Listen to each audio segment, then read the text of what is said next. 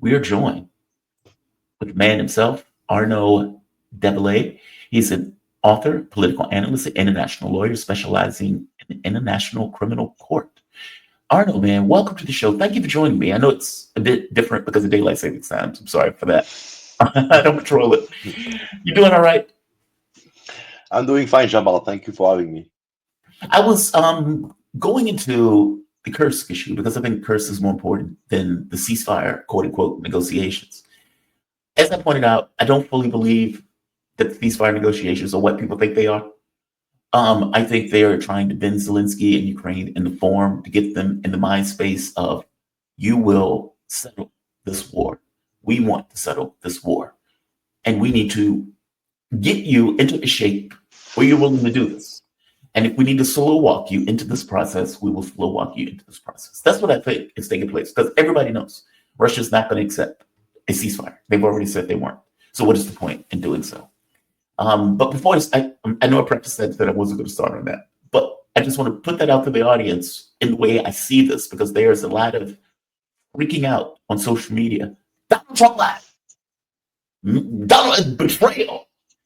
And my thing is, okay, there's a lot of unraveling to do over the last 3 or 4 years. We're with you for as long as it takes.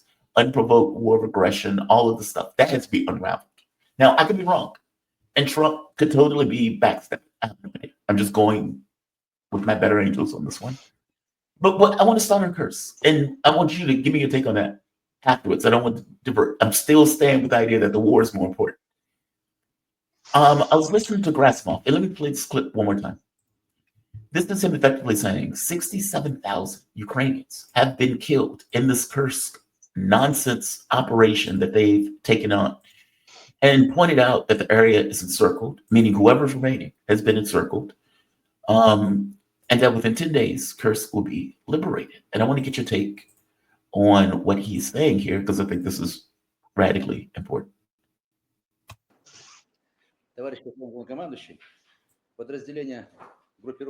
Commander-in-Chief, the North Group is continuing to destroy the enemy in the Kursk region. We liberated more than 1,100,000 square meters of our territory. It's about 86% of the territory captured by the enemy. During this time, our enemy lost more than 67,000 servicemen. These are the highly motivated, highly trained troops, the Ukrainian army. You know, what's funny, I use this term when I play chess: harass the enemy, kill the enemy. These euphemisms that we use. Give me a take on what he's saying here. Well, he's basically saying that notwithstanding everything that we've heard as far as ceasefire and peace talks, the operation is moving on apace. And more importantly, since we're dealing with Kursk, whatever leverage Zelensky was hoping to use during any future negotiation, I give you back Kursk and you give me back Donbass, for instance, just, to throw this out there, is a non-starter now. So that's the way I look at it. Basically, let's rewind what happened. We have this somewhat hurried process in Jeddah a couple of days ago, where Trump dispatches Rubio and Waltz to meet with Yermak, who happens to be Zelensky's chief of staff. Zelensky was in Saudi Arabia, but was not somewhat part of the talks, which is important to note. I don't know if he was not allowed, but he was not in on it. So then we come up with this ceasefire, 30-day ceasefire, with this idea that it's renewable, tacitly renewable. But let's look ab initio to the situation. Russia does not even get the chance to play along and say yes, that Trump already says he's going to resume sharing intelligence with Ukrainian. So right there, I mean, there's not even an incentive for the Russians to even consider the proposal on the basis of those actions. I mean, if we understand that the Ukraine project is a U.S. project, the U.S. can just pull the plug. Right. Maybe. I mean, it's hard for Trump to walk. That's the rub. I was getting to this back and forth with Garland over this. Like, let's say Trump just says, I'm done. Calling it a day. You figure it out. And walks. Okay, what happens politically? It's that part. Trump, during the entire campaign, kept saying, I'm going to end the war. I'm going to end the war. He didn't say I was going to walk away from it. He said, I was going to end it. I'm the man who gets deals. I'm going to get a deal. Okay, well, what does it look like if the president who screams he's the deal maker just walks? That's not a deal. That's just walking. Now, I think he should. But give me a take on that. Like politically, they will be screaming. Oh my God, he's abandoning Ukraine. This is not a deal. This is outrageous. Like, I don't know if he can just walk. He can threaten walking. And as I told Garland, Zelensky's testicles will just throw up into his abdomen. But that's a threat. That's different. They being able to just do it and taking the political flag for doing it. Give me your thoughts on that. What are you thinking? What is your thinking? Well, I'm looking at it actually from the other way. I'm thinking you're the strong man, or what passes for a strong man in the West these days. Okay, someone who has a mandate. You were elected first and foremost to put an end to this. You're not even 100 days into it, and the optics don't look really good. I mean, you talk a big game. You seem to peddle the notion out there that you understand all the metrics of the conflict, which obviously I don't think that's the case. I don't think the guy understands much. Yeah. And I'm not even referring to whoever, is feeding him false information or erroneous information on the military situation on the ground. So you're going around on stage, you're boasting, you're doing the peacock thing. And at the end, it just basically leads to nothing. Let's be honest here. Yeah. So far. So what I'm saying is, if you cannot just stand up your ground, if you need to fire someone, like we just heard that Kellogg's was somewhat removed from the equation. Did Trump find out that there was a conflict of interest bearing on Kellogg's daughter being a shareholder in a company that profits from the Ukraine conflict? I don't know. All I'm saying is you may have to get rid of a lot more people and surround yourself with people who are going to tell you what you need to know. To the extent you're running out of time, you don't have time to educate yourself on the subject. You're not someone who's too versed into geopolitical matters to begin with. You have an attention deficit disorder, going from file to file. You want to try to be Mr. Busybody, being on every file at once, occupy the media space. If you want to get where you want to go on this Ukraine file, why don't you surround yourself with people like McGregor, with people like Flynn, with people like Katz, Waltz, whatever his name, the former economist, which we see a lot of. And Sachs. Yeah, Sachs, sorry. Yeah. Surround yourself with people like this. It's not a problem. I agree with you. I mean, don't get me wrong. I agree with you. It's out there. The knowledge and the expertise is out there. All you have to do is basically call them for a meeting at the White House so they can, let you in on what's going on and what the other side's expectations are and what's the best way to go from point A to point B. No matter what happens, you're going to get some flack, is what I'm saying. You, Donald Trump, You're the devil incarnate. So you're damned if you do and you're damned if you don't. But right now, this kind of wishy-washy approach, this kind of tedious, stumbling around, is alienating your base.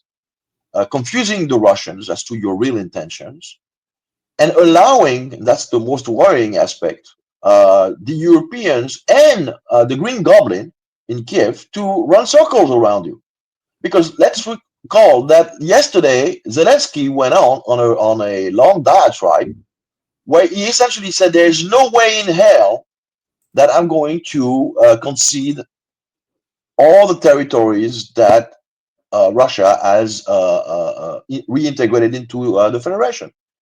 I agree. This is one of the core aspects of any kind of negotiation framework. I agree with you. So what does that tell you? I want to say I agree with you first before I disagree with you. How would you see an American president doing that without acting this way? Meaning, where do you ever see America take a position of weakness, even if they're weak? Like Russia, U.S. has no leverage in Russia in regards to the war in Ukraine. None. But do you really expect, even with no leverage, for the U.S. to come out hand in hand? We beseech you to end this. They're never going to do that. And I guess from my point of view, the U.S. and Trump, whether he knows anything about Ukraine or not, is unraveling 3 years of nonsense propaganda. How do you do that? And what does that look like in practice?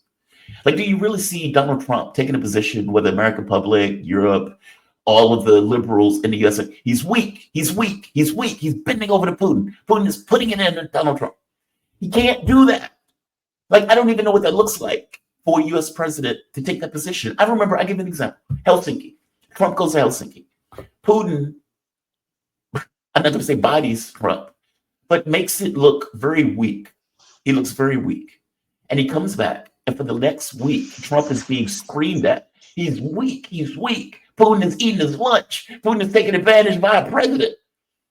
I don't think you want that. And I think you need to find a way politically to extricate yourself from the situation without looking like that. Which the question becomes, how do you do that?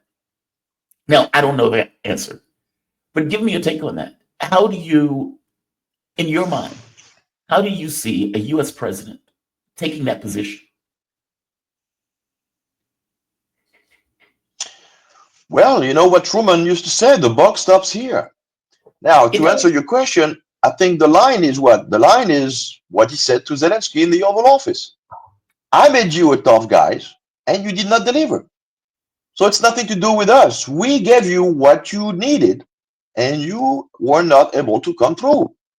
So it's all on you. It's not on us. I have to think about the American people. I have to think about the billions of dollars that have been, and in that respect, this mineral deal addresses this issue of where did the money go. Right. But it's easy to basically have Pam Bondi start running an audit. Where did the money go? Who was involved? Where was the money pilfered? Embezzlement. And based on that, basically say, you're not a reliable partner. And how can we expect you to defend Western values predicated on, respect for territorial, if you yourself are basically a thief? Yes. No, I agree with you. So just blame it all on the guy. Just blame it all on him. You can do that. And you can say he stole just the pull money. the plug. Yeah. And to be honest, just take the L. Above and beyond the theatrics, and the dressing up phase required to sell this to the American public. Because if the idea is to sell it to the American public is with Donald Trump by and large, at least the people who got him into the White House. Sure, the other side is they're not going to change. You alluded to it when you referred to the July 15th, 2018 Helsinki meeting. He went with a lot of precaution. He really tried to, distance himself. And they still threw the kitchen sink at him for a couple of weeks. But push comes to shove. Whatever decision he makes, he's going to get some flack. It's only going to last that long. You can get all your pressers around you, your Praetorian Guard, the Sean Hannity type, and the people at Fox and Tucker. They'll come out. They can barnstorm the country and sell the policy. And next thing you know, it's a draw. And they would. And they would. So just do what you need to do. You know, surround yourself with the right people. Put it all on the leadership in Ukraine, and just stop. Just stop everything. Just pull the plug. They won't last 2 months, and then you let things fall where they may. But you want to resolve this quickly and move on to other files, which because the whole world, I mean, is looking forward to a reestablishment of normalization ties between Russia and America, because there are a lot of outstanding files out there. We can't be Agreed. spending all our time on Ukraine. Ukraine is a dead horse. Agreed. It's dragging all the energy and all the resources, in an unproductive fashion. And the longer these things last, the longer this is becoming what Steve Bannon warned against, your conflict. So there's no easy way to cauterize a wound. You have to just amputate, or to refer to the Gordian knot analogy, just take the sword and just cut it through. This is the situation right now. I agree with you. I want to tell you I agree with you. I'm also a student of politics, and I know that you are going to get this wishy-washy, oddly back and forth as Trump unravels this Gregorian knot, as you put it. And part of unraveling that Gregorian knot is America needs to be strong, and America needs to end the war. And meaning anything that happens will happen through that frame of reference, because that is our frame of reference. Like the U.S. frame of reference is we're the hegemon, we're in charge, we're in control. Even in a situation where we're not in control, we have some influence, we have some leverage. And so you see Donald Trump, flittering about in the White House and all of these other places, trying to show that he is strong. And that's my take on it. I don't want to be cynical about it, because I've seen Trump do this for every issue that Donald Trump has dealt with. I think the difference here is we are not in a position of authority. We're not in a position of leverage. We don't have the capability of controlling events on the ground. I mean, for God's sake, Kursk is a disaster. We have no control over that at all. Russia will take Kursk in a few days. And so then there's going to be this shock, this panic that takes place from all of these people that thought Kursk was just fantastic. And the ceasefire, I know Garland believes that it's coming out of Kursk. I think it's more so coming out of Trump bending Zelensky to form. I mean, keep in mind, Zelensky in the very beginning said, I'm not going to negotiate. I don't want a ceasefire. Not just that, passed a law in the Ukrainian Rada forbidding Ukraine from negotiations. Okay, well, Zelensky has just been bent to form for negotiations. And for your point, you're absolutely right. He comes out and repudiates Trump and what Trump was saying in regards to, hey, they're going to have to give us some territory. This is Zelensky giving the speech. As regards red lines. Yeah, he's speaking in whatever he's speaking in. But he's making the point in the speech, we're not giving up territory. I don't care what Trump says. We're not giving up territory. This is the guy that you're stuck with. This is the lunatic that Trump has to bend into some sort of shape to A, leave, B, have elections, C, sign a document. Now, my thing is, how do you do that with this lunatic running around repudiating everything that Trump says? You can't have that. You can't have that. You're POTUS. You're the president of the United States. And you have this guy contradicting everything you just talked about a couple of days earlier, and being very vocal about it, and showing himself, even doubling down in his inability, unwillingness to concede, or to even echo some of those elements of languages which are intrinsically linked to a viable framework to resolve this issue, which is conceding territories. Right. So what else do you need if you're Donald Trump when you hear something like this? You need to get him to leave, or you need to get him to sign a document. And I guess that's my point. Let's say for the moment, Trump takes that hard position of, we're just going to leave. We're just leaving. We're not getting involved. Okay, fair enough. Ceasefire's off the table. The war continues up until the point where the Ukrainian military fundamentally collapses. Trump doesn't want that. I don't think Europe wants that. I don't even think Russia wants that. So you're stuck with this notion of, I need a deal. And I guess the thing becomes, how do you get the deal with this lunatic running around? And do you need to bend that lunatic into form in order to get Ukraine in a mindset of, We're going to sign on a dotted line in the war.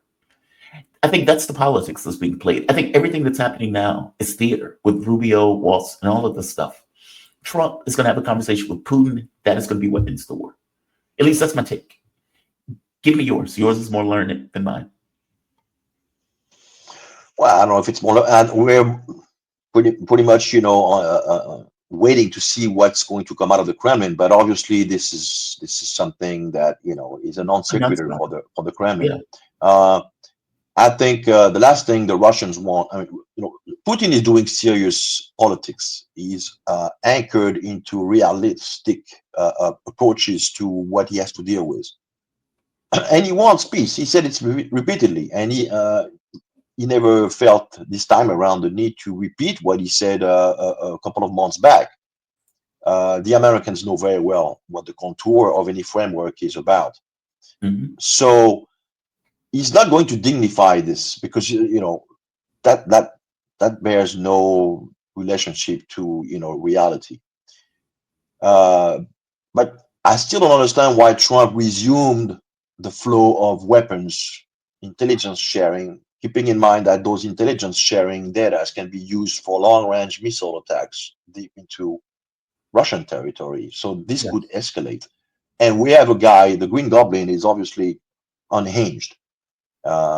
His job is to try to double down and escalate as much as possible so that this negotiating phase, even in and of itself, is somewhat not even relevant anymore.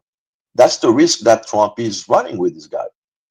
So you need to basically neutralize him. You need to take the dangerous toys out of that guy's hand. Because again, no matter what Trump does or doesn't do, he'll be blamed for it because he's Donald Trump. Yeah, that's the alpha and omega of this whole equation.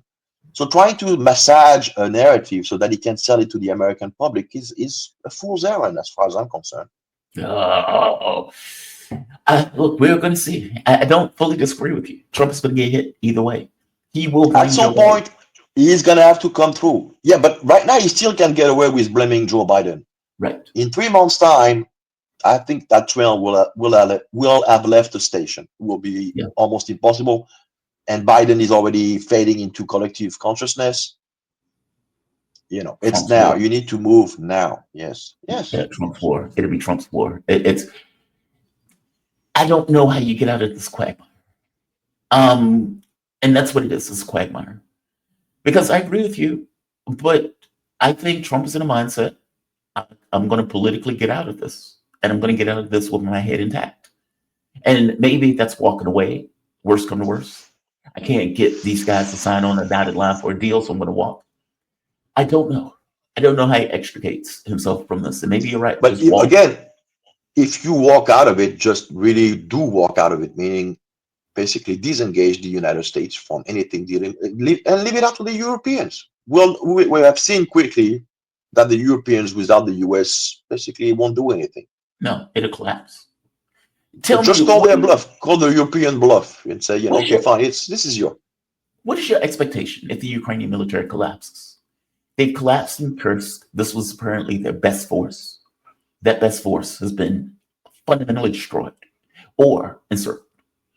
What do you expect to happen on the ground? I guess I don't have this idea in my head of what it looks like if the Ukrainian military collapses. Does the Russian military just go to Kiev? Do they take over parliament? What does that look like?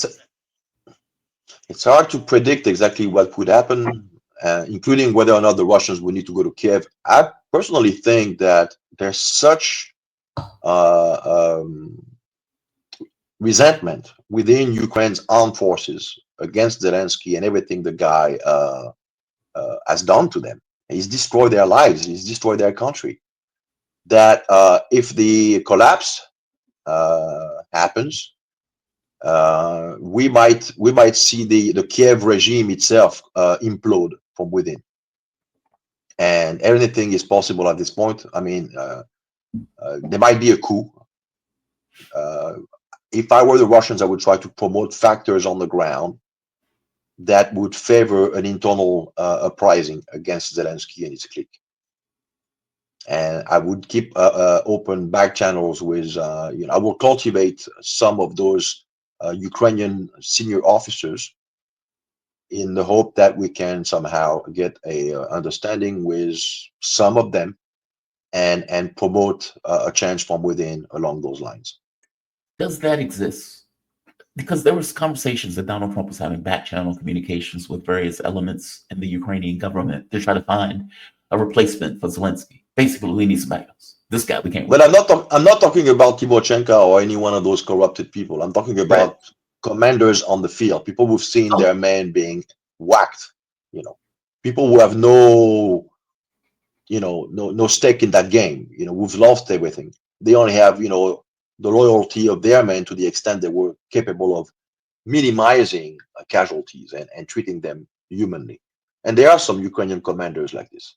Those are the ones Russia needs to cultivate and ride with them. Look, I agree with you. I mean, because I think at the end of the day, Donald Trump needs somebody on the ground who will sign the document. He may need Putin to create a situation, a reality on the ground that helps him basically say, hey, see, I didn't have anything to do with it. It was completely out of my... Yeah. That's what I would consider is a good outcome for Trump in terms of his communication, political communication, domestically speaking, and for the Russians as far as not having to, go all the way to Kiev and occupy the country until, the cleansing has begun. With this back and forth, what is Moscow thinking?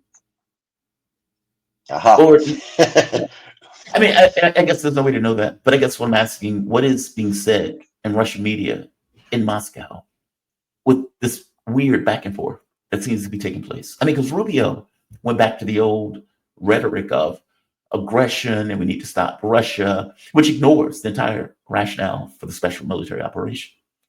So what are they thinking in Moscow on this? Well, there's been a couple of statements made by a senior member in the Duma, and basically they are rejecting this proposal. They're saying it's a joke. It's a Minsk 3. It's got Minsk 3 written all over it, and it's and we hear often the notion that did Hitler in his bunker in the waning days of World War II, beg for a ceasefire? It's like, you're done, man. We're gonna finish this off, and it could be an unconditional capitulation. Period. Hitler in his bunker. Even complete with trying to get kids into the war. Even complete with that. Oh, we need to get our 14-year-olds. We need to get our 18-years. Now we need to put the gun in their arm. Yeah, I feel you on that one.